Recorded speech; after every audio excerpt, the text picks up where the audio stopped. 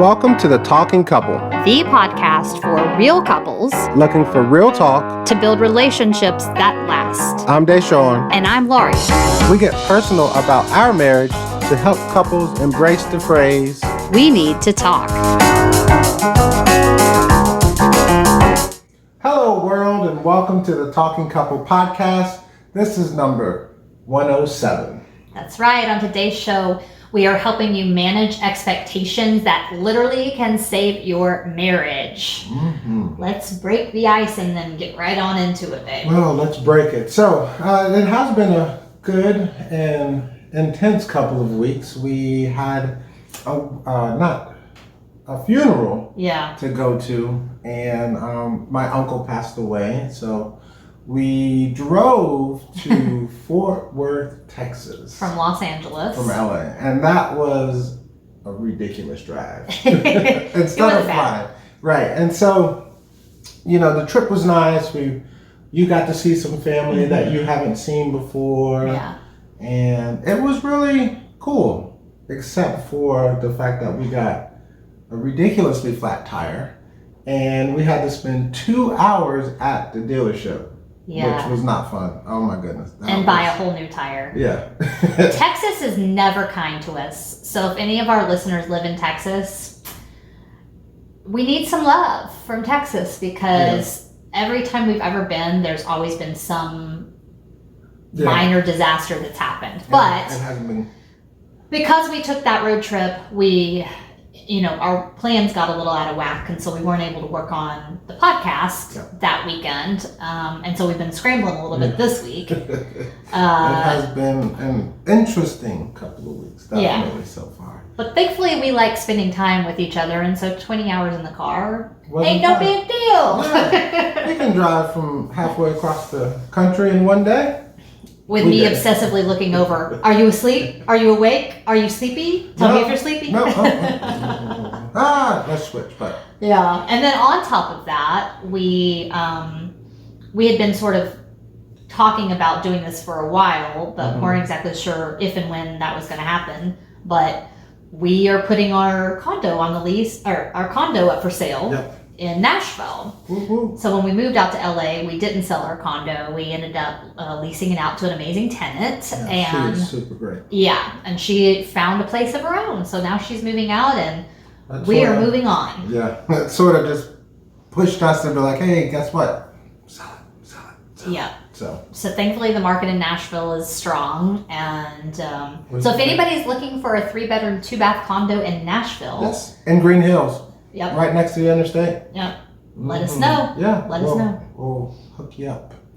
All right. So let's dive right in, and we're going right in because we're gonna drop a truth bomb on our listeners. Oh, the truth bomb. Yeah. So here it goes. Ready? I'm ready. Brace yourself.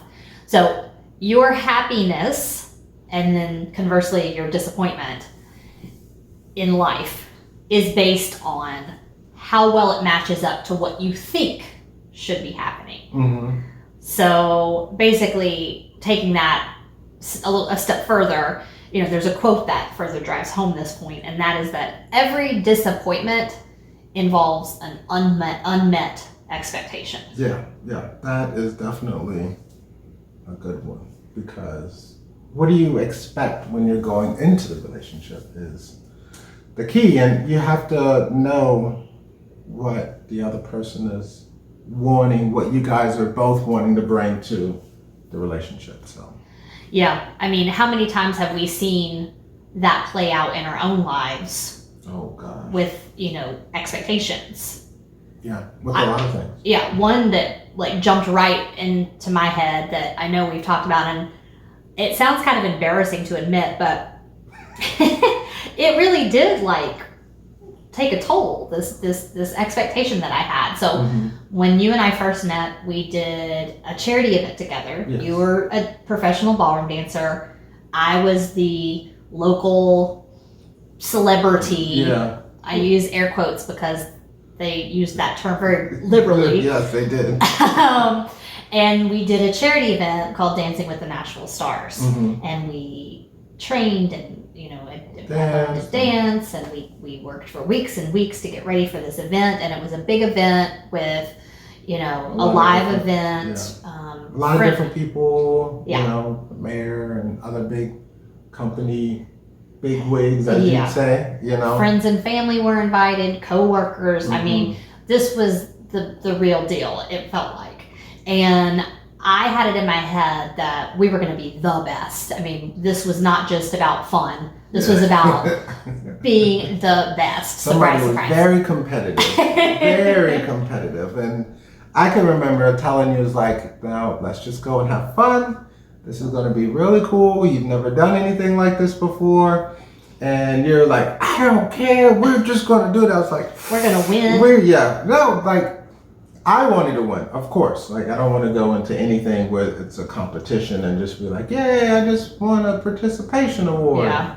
But again, you know, it's the nature of the beast, because when it comes to that, it's a lot of politics that are involved. And a lot of people don't think it's like, oh, there's no politics in that. Yeah. And I mean, it was supposed to be this fun event. Well, I was so nervous. And we practiced and practiced and practiced, but what we did not practice for was a change in the floor layout. So we had to kind of adjust how our routine was danced across the floor last minute. Yeah. And I also didn't account for like the audience noise and the spotlight. Yeah. And I literally blacked out and middle of the dance and had no idea what was next. And thankfully, this guy over here is a pro, so we got through it. Yeah. And I don't think anybody, the average person, had no idea.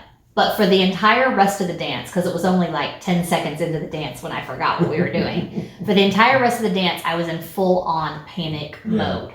And then when it was over, and we didn't, I mean, everybody scored well, you know, but we didn't win. I was just devastated. It's so silly, but I had this fantasy in my head, this expectation in my head of exactly how it was going to go, that we were just going to blow everybody away, and we were going to be so good, and the judges were just going to love us, and, you know, it just didn't work out that way, and it affected me more than it should have. I mean, it affected my confidence. I felt embarrassed when people that didn't get to attend asked me how it went. I felt like I had to lie and be like, oh, it was great. But you did good. It should have been this totally awesome experience that I should have enjoyed from start to finish. And I did, but it just, because I wasn't perfect and it didn't play out how I expected, I had a couple of weeks of, pity party. And you got over it. Sort of. I still obviously remember it, but I did get over it. You can remember something. You just moved on. We moved past it. So I get it. So what about unstated expectations? Oh, those are really dangerous. I think you know that all too well. Oh, do I? Yeah, because again, a story about me and my ridiculous expectations. I recently, in the last year or so, celebrated a milestone birthday.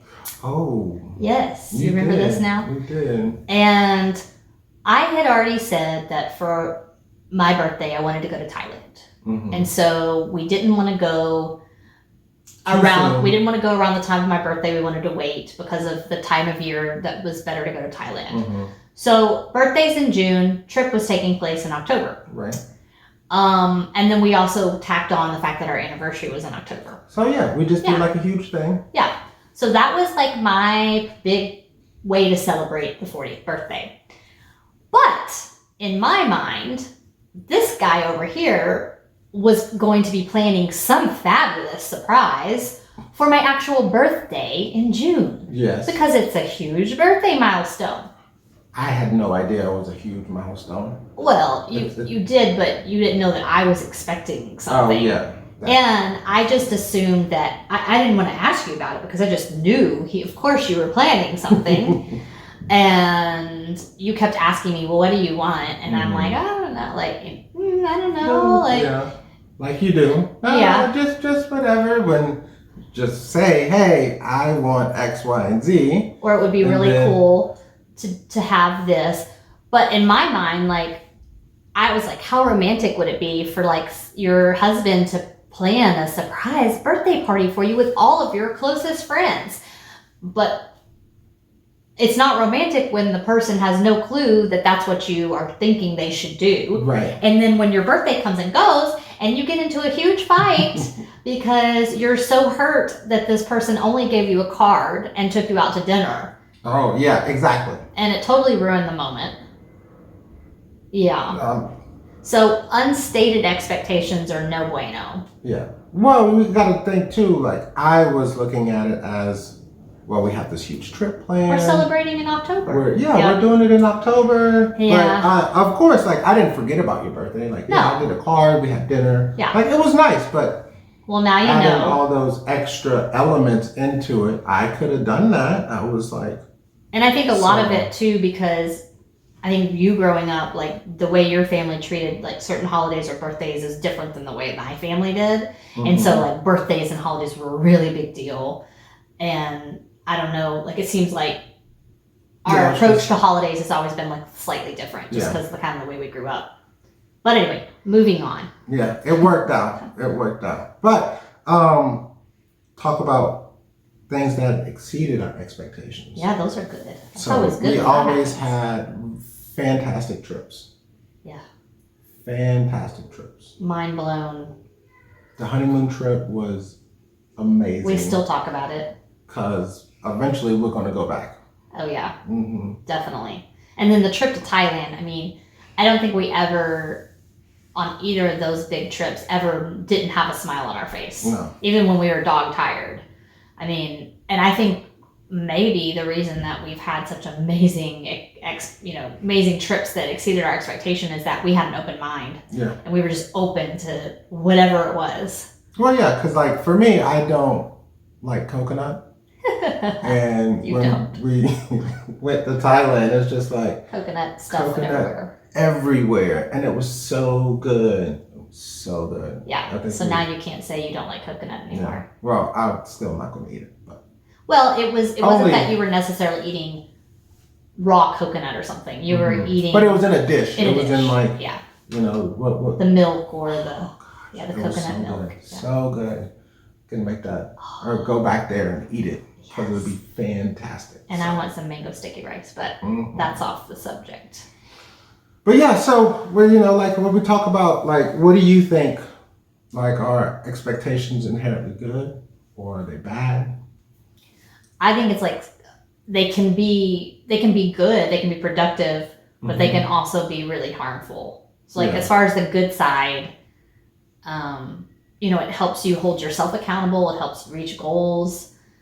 It helps. You shouldn't have low expectations, so it helps you make sure that you're achieving what you need to achieve and that your standards aren't too low. Yeah. Well, too, like, as far as, like, the bad one goes, something that always, like, people just fail to live up to those expectations, like, you try to put so much into the other person or into an event, like a wedding, or it's just, like, not even yourself. And then, I think people you get hurt. Oh, yeah. I mean, if it doesn't work out exactly the way you think, you turn into Bridezilla, or you hold that against the person, or you're just freaking disappointed, and that sucks. I mean, that really hurts. And it can really rock your world when your self-worth is wrapped around that expectation. And when you then harbor that hurt and hold that against your partner. That's when it can cause like serious damage to your relationship. Yeah, for sure. So, like, I always think that for us, and I don't put a lot of expectations on our relationship just because we talk about everything. We always, even in the beginning, like we had a vision of what we both wanted, and we told each other about it, and we made it work. We had clarity and like insight on what we wanted to talk about. Yeah, and I think some of that comes down to the fact that like we went through premarital counseling, which I would highly recommend, and we can come back to that in a minute. But I think just getting on the same page by going through that premarital counseling, where there were a lot of topics that we covered, but one of them was around this topic, managing expectations. Mm-hmm. And I would venture to wager that the reason that most marriages fail is that there are unrealistic expectations that you have of your marriage, and then therefore you have unmet expectations of your partner, from your partner. I can see that, because you're going into it not, well, you're thinking like, well, I expect her to do these things, but when you don't communicate it, when you don't talk about it, then how are you going to know? Yeah, you're just going to be resentful over the long term. Yeah, and I just to clarify, if we aren't 100% clear here, that we're talking about unrealistic expectations. So those are things that are very rigid. They don't allow for flexibility. They don't allow any room for error. Mm-hmm. And you're quite frankly just expecting more out of your relationship or out of your partner than is reasonable, or that they're even able to do. We are not talking about tolerating any type of abuse or being treated badly, because obviously everyone should expect to be treated with respect. Well, of course, you know, if you're talking about abuse, then that's a completely different topic than what you're expecting, because you don't expect to come into a marriage and get like abused, because that's just not good. That's not to be tolerated. Yeah, sure.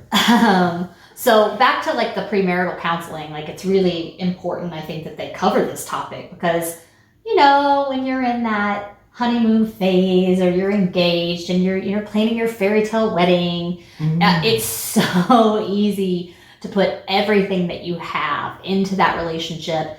And when you do that, naturally, then you expect that relationship to fulfill all your hopes and dreams and your plans for the future and your happiness and your self-worth. And I mean, we see that played out in movies that we watch, romantic movies, all the time. And if you're a Disney fan, every Disney princess lives happily ever after. But you can't. It's a fantasy. It is. Well, yeah. I don't look at movies and be like, you know what? I need to have all those things in my life. Like, I'm just going to wake up and she's going to be every single thing and do everything. Well, you are, but there's reality, and you are a person, and you have like real feelings, and it's not all just peaches and cream in the household. Like, of course. Or even what you see on social media, or I don't just wake up and look, lovely and refreshed and all natural and just, I got bedhead, I'm half asleep, I'm probably slightly grumpy, there's reality. But, it's so easy to get swept up into those romantic things. Even, I'm a realist, and it's still so easy. Case in point, oh, he can surprise me with a 40th birthday party. Oh, how romantic. Like, it's so easy to get swept up into that stuff and have these, expectations of your partner. But that's what we do, and we talk about it, and we always express who we are, and like, hey, babe, you know what? I feel like we're not doing this right. Let's work it out. But I'm not bringing that to the table of the expectation of like, well, you should be doing, or what have you. Yeah, so I think while all this sounds really unromantic, it is reality, and you really need to get on the same page with your partner pronto. To like your point, getting on the same page is really important. So the first step in really letting go of some of those unrealistic expectations, especially as they relate to like how you view marriage, is being able to identify them. Yeah. So like, so what do some of those things look like? Well, if you have to ask, it's not as meaningful. Yeah, I certainly felt that way. I should have just said, babe, plan me a party.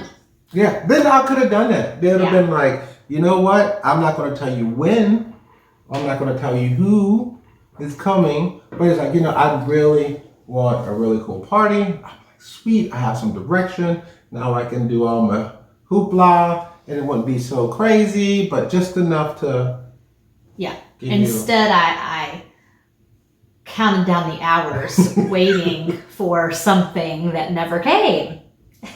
I'm not a mind reader. I got over it. It's all good. It's all good. But less romance means we have less love for one another. Yeah, and especially in this work from home COVID environment, when you're with somebody 24/7, working from home, maybe at this point kids are in the picture for you. You're just, some of that romance can kind of fade away. I still think that you have to work to keep it alive, and sometimes the romance looks different, than what you originally thought was romantic.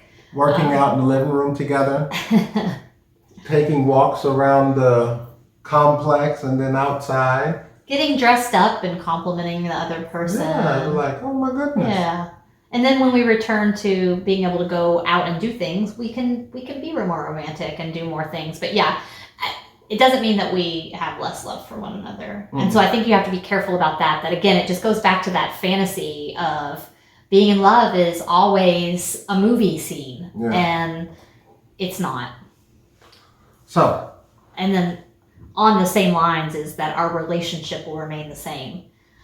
I mean, I don't even think that you should expect or want it to remain the same. It should grow. It should grow. A plant. And you love bringing up plants. I do. Well, because you nurture it, you water it, you feed it. Like, you don't just leave it out there and be like, okay, hey, that plant's going to feed itself. And sometimes it blooms, and sometimes it's right. It's like hibernating for the winter. But yeah, we got to get off these plant analogies. But yeah. People understand how plant grows. Yeah, your relationship is going to evolve, of course, but it's also going to like ebb and flow. Sometimes you're going to feel like you're super connected. There are times when we're just like, in sync. We're just, we know exactly what the other person's thinking. We're laughing, we're whatever. And then there are other times where it's just like, I have no idea what you're talking about. Yeah. And then I'm just so frustrated and annoyed by you or what have you. Yeah. So, that's how it works. And this is my partner's interest in sex will be the same as mine. I bet you're thinking if only that was true. I think a lot of guys are thinking that. They'll be like, you know what? I really need...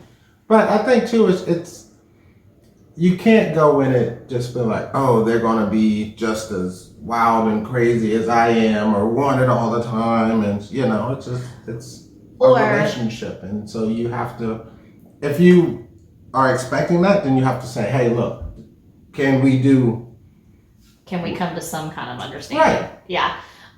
Yeah. This is a touchy, not touchy subject, but this has been a challenging subject for us, I feel like. Because I think there is like this, what people think is a normal amount of time to have sex, as a married couple, you'll hear like, 2 times a week, 3 times a week or whatever. There is no such thing as normal amount of time.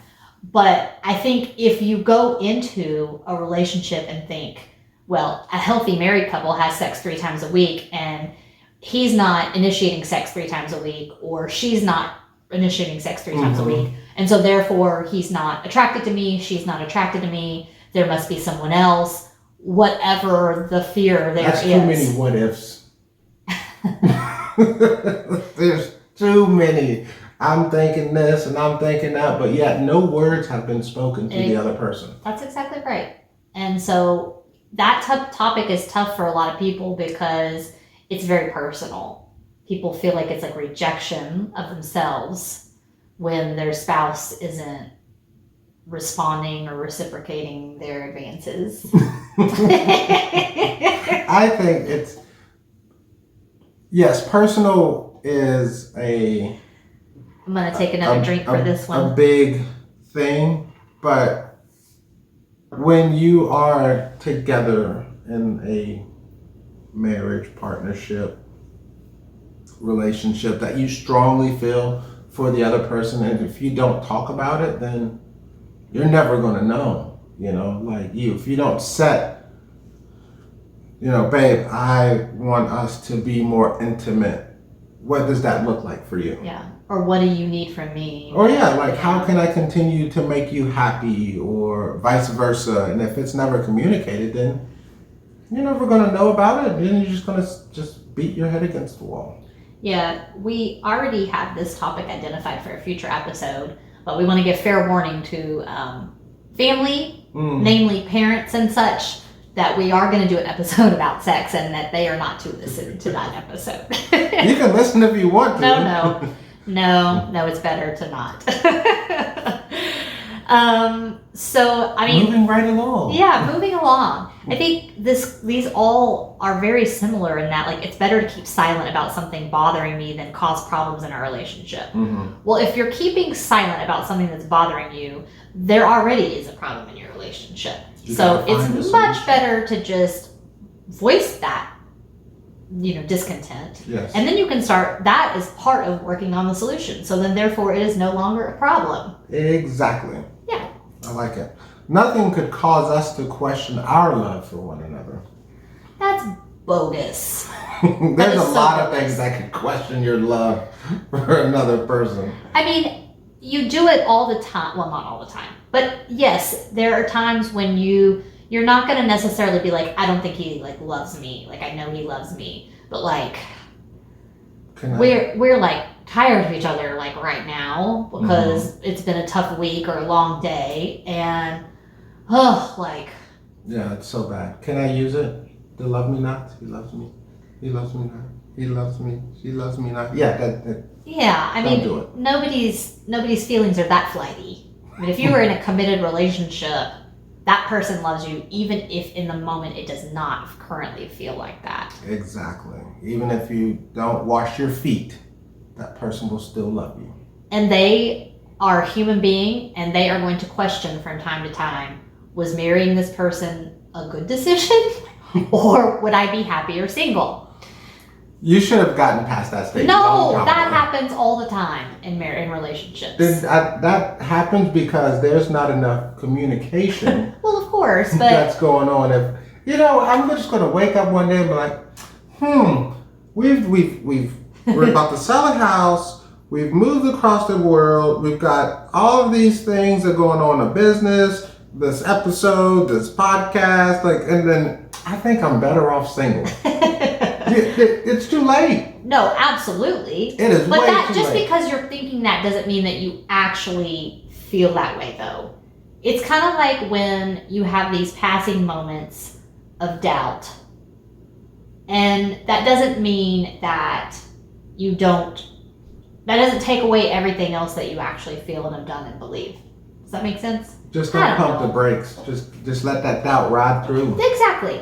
Think the thought and let it ride on. Don't even think it. That's too much work. It's way too much work. So speaking of work, the misconception that love is all you need for a great marriage. That's a good part. There's a whole pie here. I'm going back to an analogy. Love is like a slice of that pie. There's other factors of the pie, or maybe love is the crust. Or it could be the crust. It could be holding it together. But guess what? If you don't work on it, that love crust will crumble. It will, or burn. Or burn if you got too much heat in the oven. That's so true. Everybody knows this, but it's worth repeating that. A healthy marriage takes a lot of things, and that's work. Lord knows we all need patience. We need some compassion for one another, commitment and consistency and communication. Two people. Yes. You can't just be one-sided. Yeah. It takes sharing. Sharing. Less caring. ego. Mm-hmm. Okay, moving on. So, I believe I know everything there is to know about my partner. And that's an expectation that I think while that sounds good, I think I remember going through this in premarital counseling where you were like, yeah, I feel like I know everything there is to know about my partner. Like in a good way. Like, I think I know who she is. I know what she likes. I know what type of person she is. I know what her love language is. I know she's not hiding things from me. Like, now, to know every single thing, about you, then that I'm just being ridiculous. Yeah, and I think that's kind of what the premarital counselors kind of pointed out, that once they did, it was like, yeah, I mean, each of one of us, the both of us, we are our own unique person, and there are things about me and that I'm just not gonna, that you're just not gonna know about me. Yeah. There are things of, thoughts and feelings and whatever that don't necessarily impact our relationship that you just may not know, There's some things I just don't want or need to know, Yeah. But other than that, like, we understand each other, we communicate about it, and if we need to know certain things, then we'll know about them. Or if something that happened way before us getting together, do I really need to know about that? No, because some people may be super jealous, and just like you mentioned a little thing, and then guess what? Well, you've got problems because that person's super jealous, and there's a reason. But I'm thinking, even just if there is something from the past that maybe your partner doesn't know, if it's causing a problem in your relationship because there was hurt there or resentment there, or they've built a barrier up there, that could be the only reason I think that it would be beneficial to know that about that person, because you can it helps you frame your conversation for how you approach that topic. Okay. So for instance, like this is something that I think you should have definitely addressed with your partner, but like, let's say somebody was like sexually abused previously. Well, yeah, that that's something that would be really valuable for the partner to know, just because that so defines so many. But then you understand a lot more of like type of person that person is, and like why they view things the way they do, because they've had this experience that happened. So,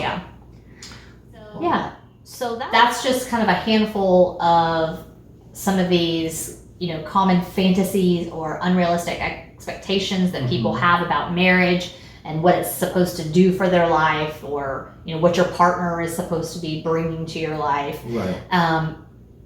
If some of those resonate with you, and I think they're very common, so we all can kind of fall into some of that from time to time. Yeah. So I think, if you can identify some of those things, we want to at least leave you with a few takeaways to try to help with that. Going through, now that I kind of identified some of those. So if you have a reasonable unmet expectation, tell your partner and tell them right now, because those reasonable expectations, that's what marriage is. You have a reasonable expectation of how, you want your spouse to respond or to do something, or what have you, be there to support you for something.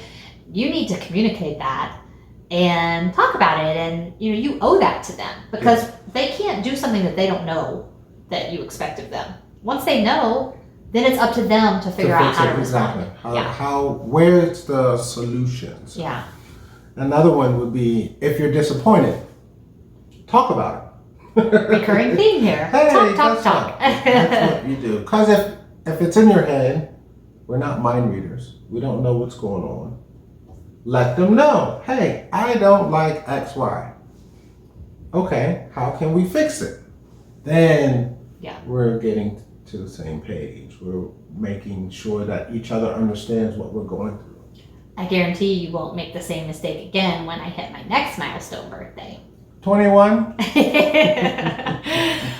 Try to share some compassion for yourself and also your spouse, because heck, life is not easy, and we're humans, we're not perfect. If you can share a little compassion for yourself, because if you're a perfectionist like me, you expect yourself to be perfect all the time, like, give yourself a break every now and then. And then on the flip side of that, you gotta expect that of your spouse too. They are doing the best they can, trying to read your mind and trying to make you happy. So shed a little compassion over to them too. Shed some light on it. And then we have take some of the pressure off of yourself and each other. Yeah, because people put so much pressure on what a marriage means for their life, and that the marriage has to be the source of all of their fulfillment, you know, their success, their failure. If their marriage isn't doing well, then they're a failure. It's all a work in progress. Like, you can't just expect everything to be A-okay all the time. And it's kind of like how, you know, when people have a job and their entire identity and self-worth is wrapped up in that job. That's not healthy. Yeah. So it's the same with the marriage. Like, your entire self-worth, identity, and purpose cannot be wrapped up in your marriage. Should you make your marriage a priority? Yeah. Absolutely. But you also have to be responsible for your own happiness and all those good things. Yes, you have to be happy first in order to make someone else happy. Or just to like contribute. Yeah. To it all. And don't forget to laugh. Oh my gosh. I mean, it made you laugh. It made me eye roll laugh. Oh. Yeah. Well, that's all right. I didn't expect anything. That's a real laugh. Yeah, no, that's why I did it. Hey. Yeah, I think you have no idea how much harder you're making your life when you are trying to control the reactions and, you know, the actions of other people. Yeah. So let it go. Let it go. Life will be so much better for you if you can control how you respond and react, but don't expect other people to react and respond the way that you want them to, especially if you have never communicated that. Exactly. Amen. Use your words. Please use your words, even if they don't make any sense. Try to use them. Because eventually you'll figure out those words and you won't be upset that you were giving ridiculous expectations. So. And if your spouse is coming to you saying, hey, I'm kind of bummed out about this, listen. Listen to what they're saying. We try. And we make things happen. We try. So join us on the next episode of The Talking Couple. If you enjoyed today's episode, be sure to subscribe to the show on your favorite podcast app, and then give us a rating or a review. That really means a lot to us. One, we just want to hear from you. And it'll also help that algorithm kick in to where our show gets in front of more people like you. Until next time. Get to talking. Bye. Thanks for joining us for the Talking Couple podcast. We have a favor to ask. Please take a moment to rate, review, and subscribe to The Talking Couple. We'd love to hear from you. You can also find us on social media. We are The Talking Couple on YouTube, Facebook, and Instagram.